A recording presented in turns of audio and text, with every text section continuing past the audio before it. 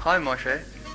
It's been a while since our last interview, and I look forward to catching up and seeing how golf weather's doing. Well, I must tell Neil, it's really good to be here, and thanks for inviting me today. I appreciate it. Thanks for joining us. So Moshe, tell me, how has the user base grown for golf weather? Well, you got straight to the meat. Look, we've grown huge. We've got 360,000 unique users already, and we're growing quite rapidly every single month. I think there's a large viral element to it, and we're doing a lot of marketing at the moment, especially in different countries. But I think our big focus is growth in the US at the moment. That's our core target. Okay. Well, you mentioned the US there. Tell me, are there any other new countries that you're launching in? Well, so far we're live in the US, we're live in Canada, we're live in UK, Ireland, Scotland, Wales, New Zealand, Australia, South Africa, and the most exciting thing is we've just launched in Asia. So we're now live in Singapore, Thailand and Malaysia, and we find that a lot of our golfers are travelers, and they travel to these destinations, and I think those are the destinations that are growing very well at the moment. The West is very strong, and China and Japan we're just about to launch, and those are big golfing nations. Yeah, they are. Yeah. Okay. With all of those countries involved, I mean, myself using your website and the iPhone app, are there any new additional apps possibly in the pipeline? iPhone's growing very well. That was sort of our test launch platform into the mobile space.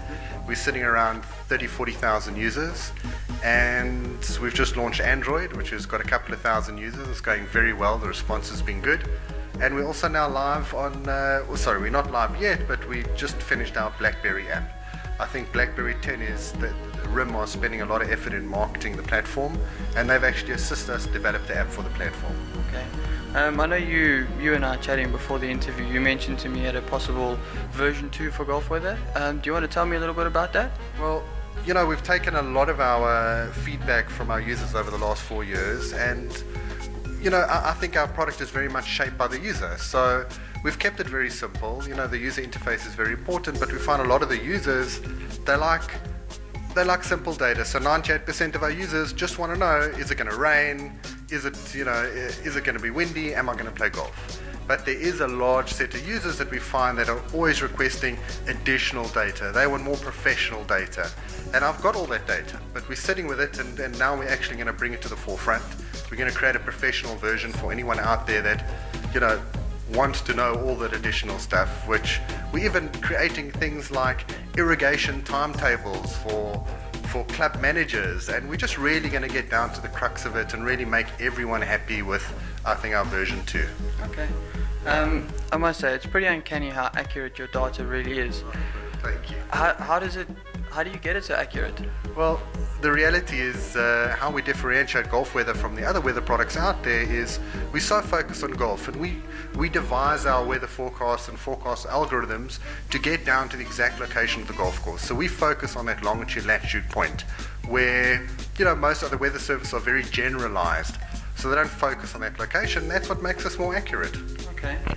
Well, personally, I'd just like to say thank you for the website and providing a service that everyone can use. I mean, I know even if I'm not necessarily playing golf, I can use the golf weather service to pinpoint a golf course that's near and around where I'm going, and I know that I can have accurate weather any time of the day for 3 hours a day, or 3 hours every 3 hours. You know what? I think I've even had feedback from golfers' wives saying, their kids' their kids' school is near a golf course, and they're using golf weather to get the forecast because it's the only sort of hyper-local weather location around that area. We have people on golf estates that live there that might not necessarily be playing golf, but they're using the forecasts. So I think we've got a very varied user base, but our core user is the golfer, and actually our core user is the active golfer. Yeah. Okay.